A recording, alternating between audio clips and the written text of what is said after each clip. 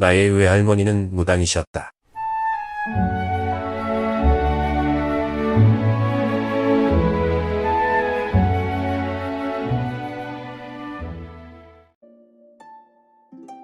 외할머니는 무당이셨다. 중학교 1학년이었던 누나와 초등학교 5학년이었던 나는 집이 커서 숨바꼭질을 자주 했다. 기와집이 여러 채 붙어있는 한옥집이었는데 그 당시 텔레비전에서 하던 드라마 토지를 볼 때마다 한옥이 나오면 우리 집이라며 좋아했었다. 양반집처럼 넓고 커서 우리가 부자라고 생각했다. 엄마는 점을 보러 오는 손님들을 안내하고 예약 전화를 받는 등 잡다한 일을 도맡아 했고, 할아버지는 항상 술에 취해서 밤늦게 귀가하셨다. 아버지는 트럭을 운전하셨다. 멀리 다니시며 일을 하셔서 아버지 얼굴 보는 날은 일주일에 2~3번 뿐이었다.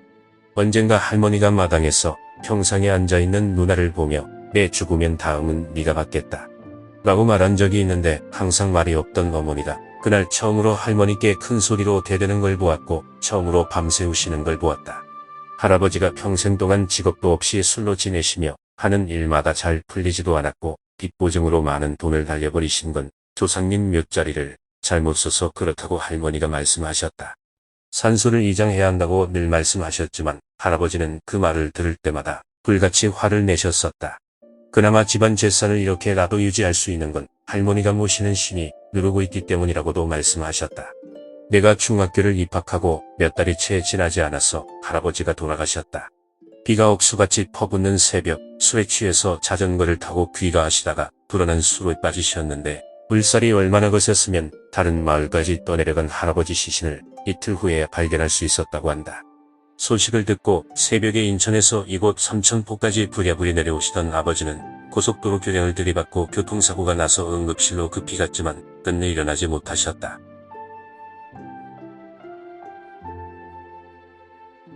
두 분 장례를 치른 후 곧바로 이장 준비를 하셨다. 할머니 말씀으로는 할아버지 형제분들이 셋이나 더 있었는데 모두 50을 넘기지 못하고 가셨더랬다. 묘바람이다. 묘자리 털을 잘못 쓰면 그럴 수 있다고 했다. 이장 날짜가 잡히고 엄마가 알아 누우셨다. 초상이 나면 꼭 가족이나 친인척 중에서 1년 안에 또 초상이 나는 경우가 있다. 보통 이런 경우를 처음 돌아가신 분이 치고 간다고 표현을 한다.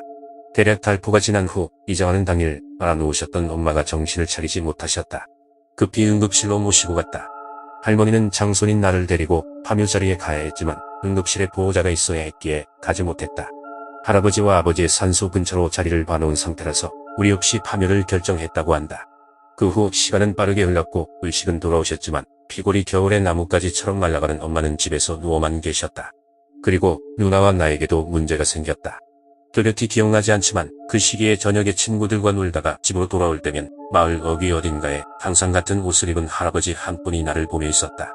어떤 날은 마을 회관 앞에 서서 있었고 또 어떤 날은 김신의 할아버지 집 앞 나무 밑에 앉아 있었다. 어두운 밤이라 얼굴은 보이지 않았고 옷은 색깔은 회색 같은 두루마기 같은 옷을 입고 있었는데 이상하리만치 외면하고 싶은 느낌이라서 본체만 제하고 지나쳤었다. 보름이 다 되어서야 그것이 산 사람이 아니라는 걸 직감했다. 할머니께 말을 하니 뭔가 문제가 생긴 거라고 하셨다. 대화를 듣고 있던 누나가 대뜸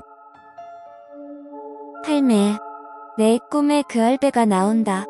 집이 잘못 찾아갔다고 화를 낸다. 할머니는 그때서야 뭔가가 잘못되었다는 걸 느끼셨다.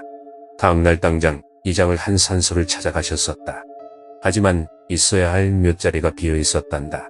그날 이렇게 되려고 그랬는지 이리저리 일이 꼬여서 상주인 나와 할머니가 참석하지 못하였고 이장을 주관하던 풍수사 할아버지도 피치 못할 사정으로 늦게 참석을 하셨었단다. 미리 파놓은 묘토로 올라가는 도중 다른 곳에서 파묘를 했던 자리를 우연히 보았는데 그 자리가 거기인 줄 착각하고 이장을 해버린 것이다. 60세가 넘은 지금 내 곁에는 아무도 없다. 그때 그날을 떠올리기 싫지만 지금까지 이렇게 살아온 것이 억울했고 누군가에게 털어놓고 위로받고 싶었다. 나는 결혼도 하지 못했고 그렇기에 나만의 가족을 만들지 못했다. 학업을 중단해야 할 정도로 엉망이었었다. 지금 내 직업은 새벽에 인력사무소에 간다. 그날 운이 좋아 일이 있으면 하루 일당을 받고 일을 한다. 어디로 팔려가서 어떤 일을 하게 될지 모른다. 운이 나쁜 날이나 비가 올 때는 일자리가 없어서 집으로 돌아가야 한다. 그날 엄마가 말라 비틀어져서 죽기 전 또는 누나가 귀신을 보다가 지쳐서 정신줄을 놓기 전 그게 아니라면 할머니가 죽기 전에 하루라도 빨리 산소를 다시 이장시켰더라면 내 삶이 나아졌을까. 이모들이 미성년자인 나에게 남겨진 재산을 성인이 된 후 조금이라도 남겨주었더라면 내 지금 모습이 달라졌을까. 피부병이 다시 도졌는지 매일 밤 나는 몸을 긁으며 허공에 대놓고 욕을 해댄다. 그 욕이 나에게 하는 것인지 아니면 다른 이에게 하는 것인지 또 원망인지 아니면 신세한탄인지 이젠 나도 모르겠다.